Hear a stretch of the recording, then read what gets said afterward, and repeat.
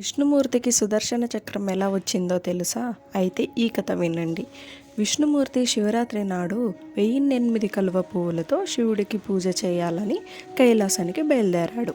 కలువ పువ్వులు సేకరించి పూజకి సిద్ధం చేసుకుంటాడు. అంతలోనే శివుడు విష్ణుమూర్తి భక్తిని పరీక్షించాలని అనుకుంటాడు. అక్కడున్న కలువ పువ్వుల్లో ఒక పువ్వుని తీసుకుంటాడు శివుడు.